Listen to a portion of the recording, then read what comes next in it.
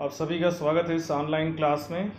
सभी को नमस्कार। Class 12 mathematics chapter 1 relation and function part 7 composition of functions.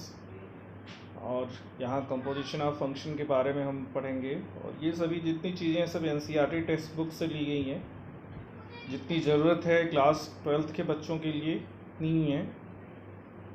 अब डेफिनेशन क्या है? कंपोजिशन ऑफ फंक्शन होता क्या है? Let F is defined from A to B and G is defined from B to C, be two functions.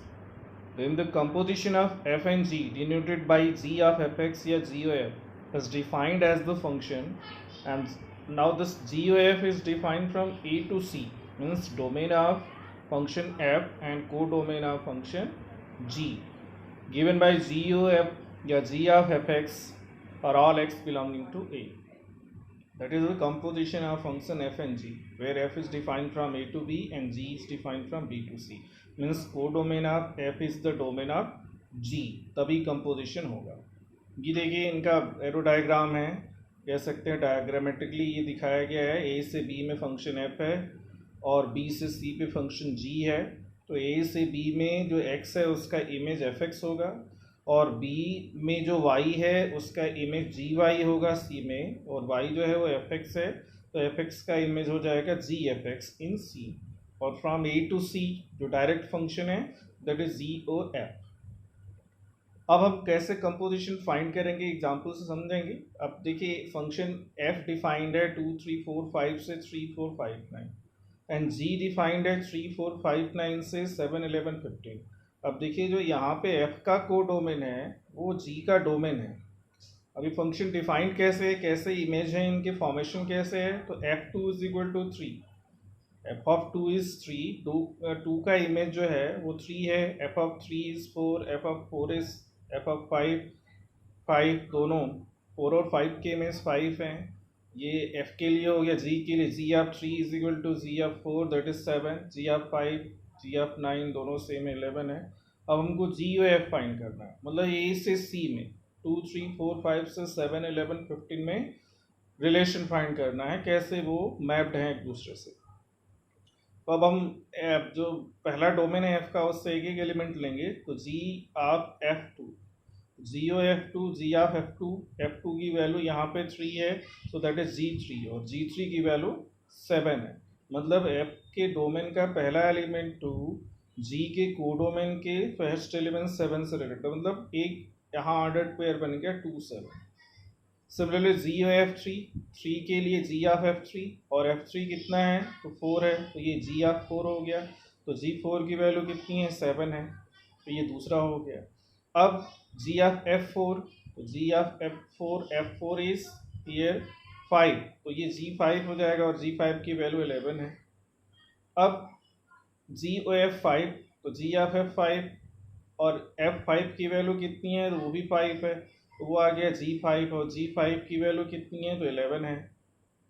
ठीक है, तो इस तरह से a से c में जो एलिमेंट रिलेटेड हैं उनके ऑर्डर्ड पेयर बन गए 2 3 3 7 4 11 5 11। ये यहाँ से आए, ये जो बना हुआ है यहाँ पे, ठीक है। तो ये g3 g4 g5, ये g3 जो है यहाँ पे वैल्यूज जो आई हैं g4 7 है, ठीक है। तो ये ऑर्डर्ड पेयर इनके बन गए।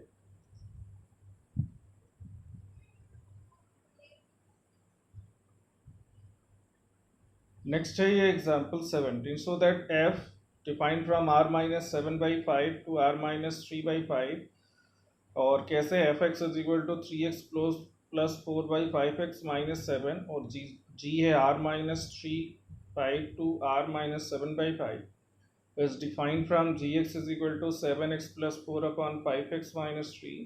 Then f of g is equal to ia and GOF is equal to ib, where a is equal to r minus 3/5 is element है, b r minus 7/5, iax is equal to x for all x belonging to a, ib is equal to x for all x belonging to b are called identity function on set a and b. अब यहाँ अगर इनके f और g के definition देखिए तो f का जो कोडोमेन है r माइनस 3/5 वो g का डोमेन हो गया है। तो यहाँ पे हम दोनों ही और इसका जो g का जो कोडोमेन है r माइनस 7/5 वो f का डोमेन हो गया, मतलब यहाँ जीओ एफ और एफ ओ जी दोनों ही डिफाइंड है। तो अब हम इनका कंपोजिशन फाइंड करेंगे, तो जैसे जी ऑफ एफ एक्स, तो एफ एक्स की वैल्यू जो है वो हम यहाँ रखेंगे जो कि 3x + 4/5x - 7 है, तो ये एफ एक्स की जगह ये रख दिया गया। अब जी एफ एक्स में जहाँ x है, अब उसको हमको 3x + 4/5x - 7 से रिप्लेस करना है, और जी एक्स क्या है देखिए 7x + 4/5x - 3, तो x की जगह क्या आ जाएगा 3x + 4/5x - 7 जो एफ एक्स की वैल्यू है, तो ये रखा गया। अब इसको देखिए सॉल्व किया गया, और सॉल्व करने पे क्या आ गया, ये x आ गया, ठीक है। सॉल्व करने पे इसकी वैल्यू आ गई है x।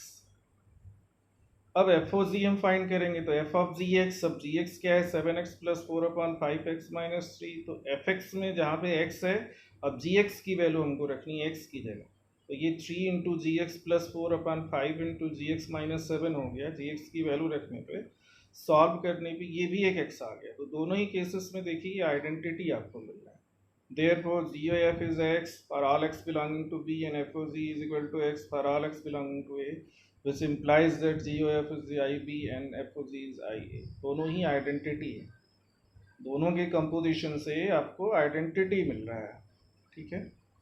नेक्स्ट एग्जांपल है देखिए, show that if F A to B and G B to C are 1 1 then GOF A to C is also 1 1।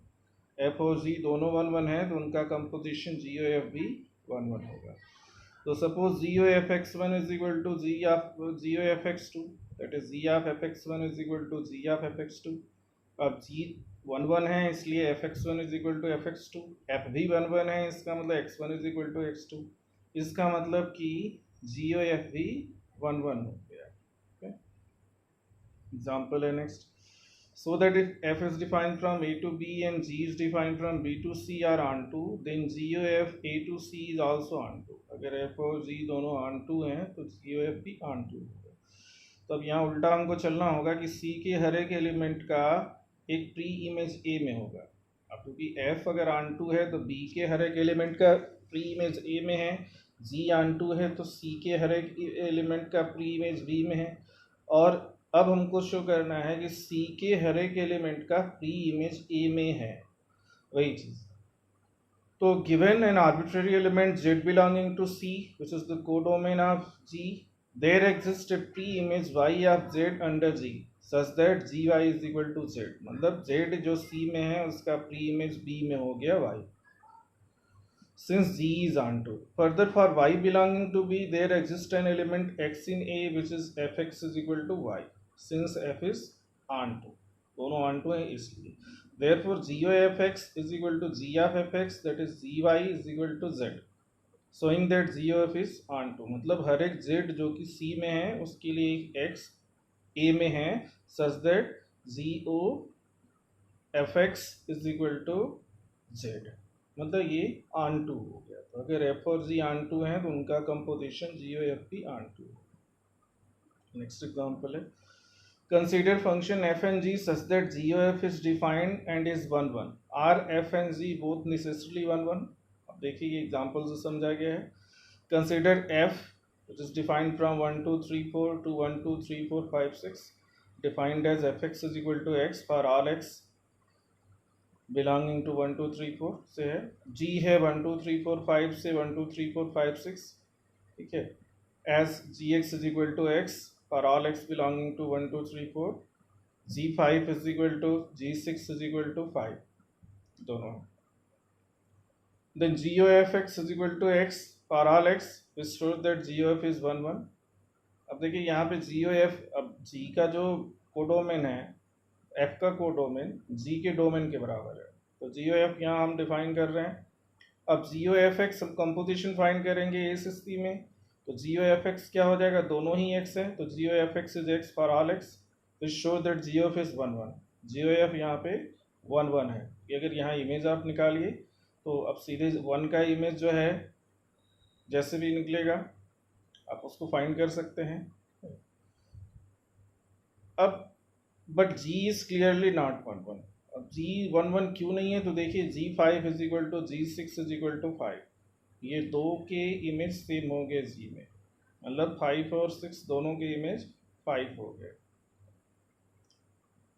तो इस तरह से ये अगर GOF11 है तो ज़रूरी नहीं कि G मतलब F and G both are necessary 11, इसमें तो जो है G11 नहीं है। ऐसा मतलब एक एग्जांपल लेके समझाया गया। Are F and G both necessarily onto if GOF is onto. अगर GOF ऑन टू है तो F और G दोनों ऑन टू होने चाहिए। तो इसके लिए भी एग्जांपल देखिए 1 2 3 4 to 1 2 3 4 है ये, एंड G 1 2 3 4 से 1 2 3 है डिफाइंड। अब देखिए F तो 1 1 हो सकता है, जो कि number of element in domain and codomain both are same, but G तो 1 1 ऑन टू नहीं हो सकता, क्योंकि डोमेन और को डोमेन में अलग अलग नंबर ऑफ एलिमेंट है।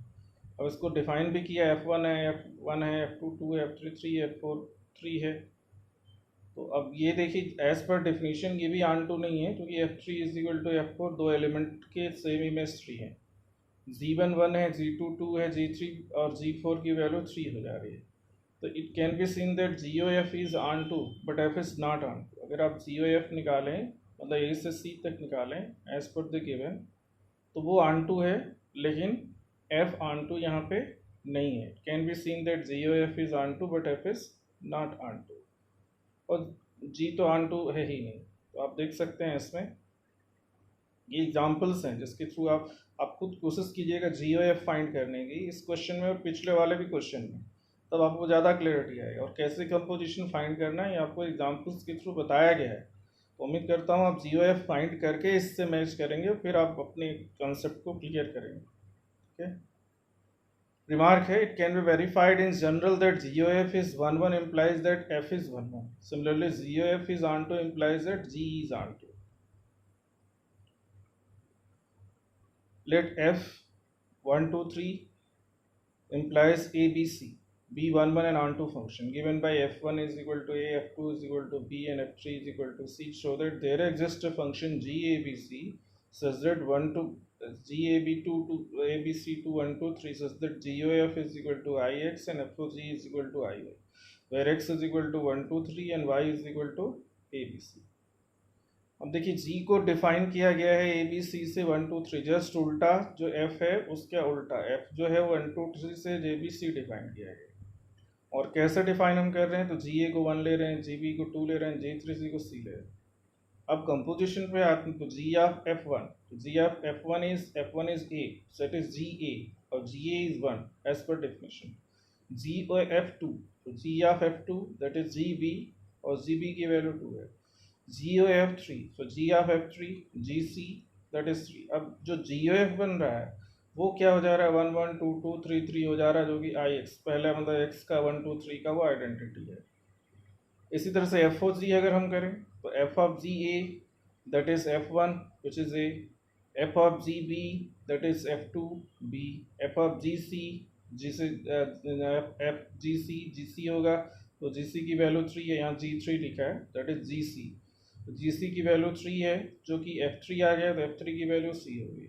तो FOG का जो ऑर्डर पेयर बन रहा है वो AABBCC, जो कि आइडेंटिटी फंक्शन हो गया Y पे, जो कि ABC है। So it is easy to verify that the composition GOF is the IX, identity of the function IX, and FOG IY, the identity function on Y।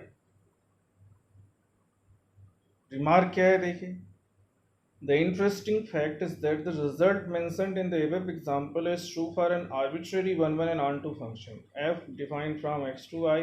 Not only this, even the converse is also true, that is, if f x defined from x to I is a function such that there exists another function g defined from y to x such that the composition GOF that is equal to IX and FOG is equal to IY, then f must be 1 1 and onto। f यहाँ पे 1 1 onto या bijective होना चाहिए। That is the interesting fact, जो कि ऊपर example में आया गया। अभी एक्सरसाइज 1.3 है, आप देखिएगा, इसको समझिएगा, बनाइएगा एज पर डेफिनेशन। आप कंपोजिशन कैसे कंपोजिशन फाइंड करते हैं, फिर हम नेक्स्ट वीडियो में इसके सॉल्यूशंस को बनाएंगे, ठीक है। और फिर जो नेक्स्ट वीडियो में इन्वर्स भी है, जो कि इम्पोर्टेंट कॉन्सेप्ट है, इन्वर्स फंक्शन, वो कंपोजिशन की हेल्प से ही डिफाइंड है, वो ज़्यादा इम्पोर्टेंट है। मोस्ट प्रॉब्ली क्वेश्चंस उससे पूछे जाते हैं इन्वर्स से रिलेटेड। अब ये जो डेफिनीशन है और जो एग्जांपल्स है, इससे क्लियर है कि कंपोजिशन हम कैसे फाइंड करते हैं फंक्शंस का। ठीक है, तो ध्यान रहे और एक्सरसाइज 1.3 बनाइए। फिर नेक्स्ट वीडियो में हम लोग फिर से बात करेंगे inverse of the function and